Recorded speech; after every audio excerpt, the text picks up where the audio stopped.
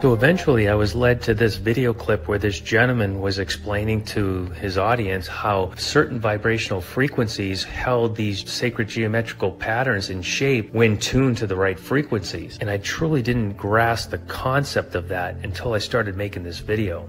One of the images in this video that was revealed to me was Metatron's cube, which I later learned was a very occultic symbol that is found in Jewish mysticism or the Kabbalah. And this led me down another whole path of research. The Kabbalah has been defined as the mystical expression of the Torah, which are the Hebrew scriptures. The Kabbalah views this secret mystical knowledge as a path towards immortality, which involves intensive and non-traditional religious mystical activities such as chanting and meditation to synchronize one's own vibrational frequencies in order to achieve that higher level of consciousness to commune with God. Merkaba mysticism is the foundation of Jewish mysticism, or the Kabbalah, that dates back to the ancient mystery religions of ancient Egypt. This is the metaphysical relationship between mind and matter, the spirit and the flesh. Mer means light, Ka means spirit, Ba means body, light, spirit, body. So when specific vibrational frequencies are achieved, this produces sacred geometric shapes such as Metatron's cube and the Platonic solids that can be observed, which explains the metaphysical relationship between mind and matter, the spirit and the flesh, because the human body is made up of atoms and 60% water and our spiritual energy that is trapped inside. And all things are held together with vibrational frequencies. That is the mystery. The Kabbalah and other mysticism like it, like the New Age movement, is just man's vain attempt to escape from the tree of knowledge of good and evil that Adam and Eve were told by God, you shall not eat, neither shall you touch it, lest you die. We are the tree of knowledge of good and evil. When we were led astray to the earth and took on host bodies, and Eve fornicated with the serpent, we all became yoked to a demon, producing our dualistic nature. Our flesh bodies became our death sentence, and unless we take from the tree of life, who is Jesus, we will die.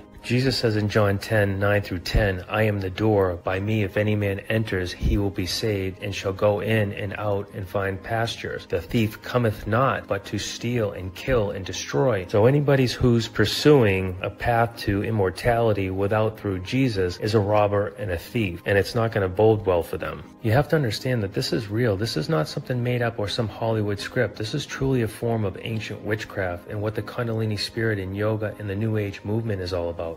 It's opening the third eye, the pineal gland, and synchronizing one's own vibrational energy or frequency to the divine source to achieve that higher level state of consciousness beyond duality. And this allows them to gain access to the spirit realm, to the divine source, which is Lucifer, because anyone who goes through the gate without Jesus is a robber and a thief. Throughout the centuries, rabbinic sages have sought to duplicate the experience of Ezekiel's vision of God's throne, described as the wheels within the wheels carried by 4 living creatures in Ezekiel 1. But unlike Ezekiel's experience, which was initiated by God, the mystics of the Kabbalists use occult methods to achieve union with the divine source, apart from having Jesus Christ. And this is known as Merkaba mysticism, symbolized by the Sephirot tree and the 6-pointed star, also known as Metatron's cube. Merkaba's mysticism believes that they can recreate Ezekiel's wheels. Ezekiel's wheels are the counter-rotating fields of light between the spirit and the body. It's spirals of energy as in DNA, which transports the spirit and the body from one dimension to another. It's actually the interdimensional vehicle consisting of 2 equal sides, interlocked tetrahedrons of light with a common center, and it can be viewed as a 3-dimensional Star of David. Now you know what all this mysticism and all this symbology is all about that we find littered throughout the world. And so life as we know it is held together by these frequencies, from the creation of 2 cells which forms the Vesica Pisces, represented by the Kabbalistic seed of life, the flower of life, the tree of life, and Metatron's cube that produces the sacred geometric Platonic solids which forms and holds in place the structure of atoms at the molecular level to form our DNA and to bind together all matter and spirit, which creates the human host body, which in Jewish mysticism and the Kabbalah is known as the Sephiroth and the Kelepoth.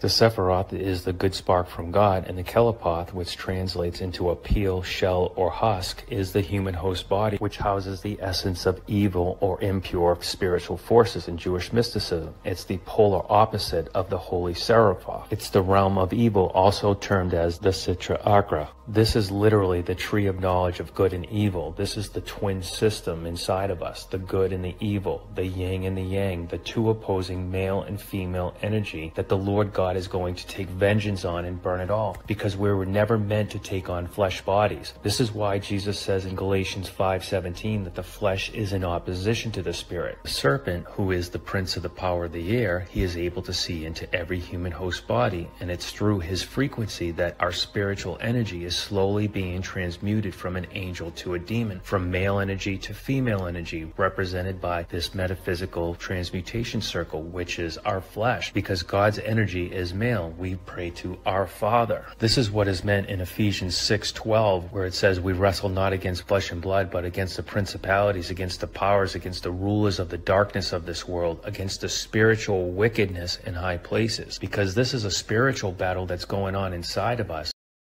The prophet Daniel prophesies in Daniel 12:1, and it says, and at the time Michael shall stand up, the great prince which stands before the children of thy people, and there shall be a time of trouble such as never was, since there was a nation even to that same time. And at that time thy people shall be delivered, every one that shall be found written in the book of life. When you look at the translation of the word trouble here, it translates to a female rival, an adversary, affliction, distress, tribulation. And then when you look at the word nation, it says a flight of locusts. Do you understand what this is saying? It's the female rival taking over, transmuting into a nation, which is the flight of locusts that are coming. Okay, let's bring this home. Let me show you what Metatron's cube is all about and how it has manifested in the world. Metatron's cube is the prince of the power of the air. It is what locks us into our duality within the human host body. And that's why Jesus came into this system, to reconcile the two opposing energies. The two became one. One thief mocked Jesus, the other thief repented, and when he repented, he got a new spirit, and the two became one. And that's what Jesus does for us. He unlocks the cube.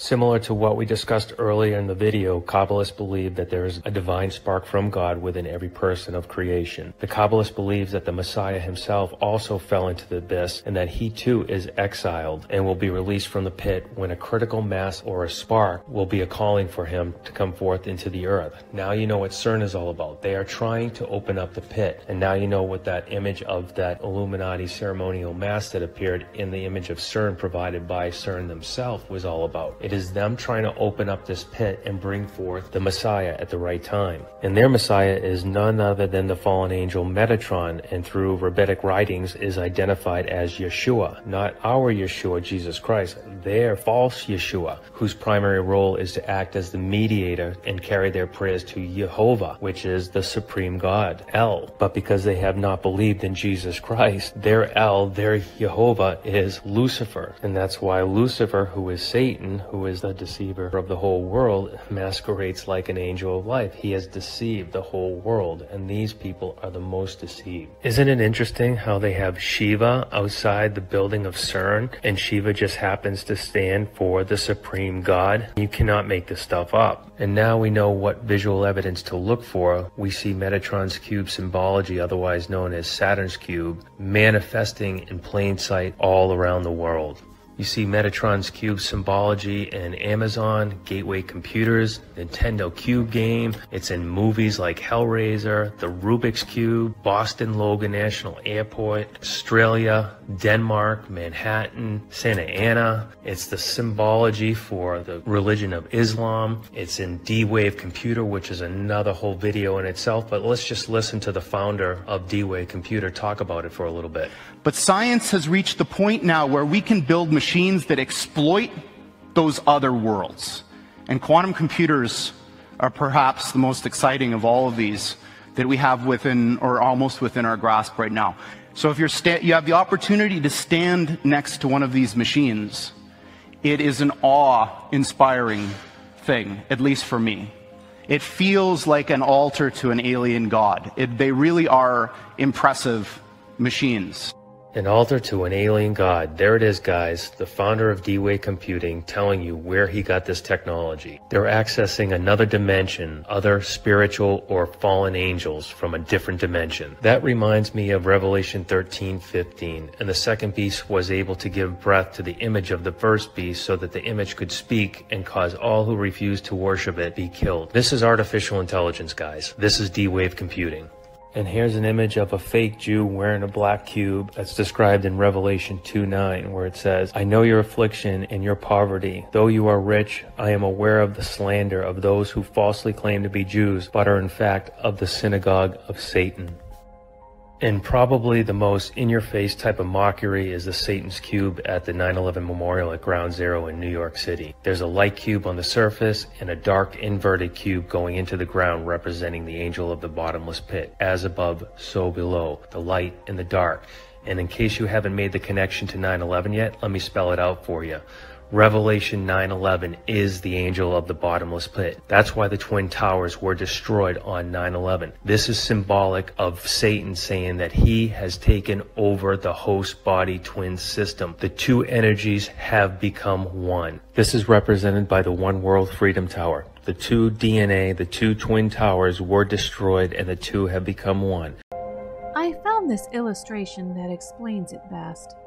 You take a cube, you turn it until it looks like a hexagon, then you draw a star of Remphan, then you add some points, it will equal 10 points, and then you get the Sephiroth tree.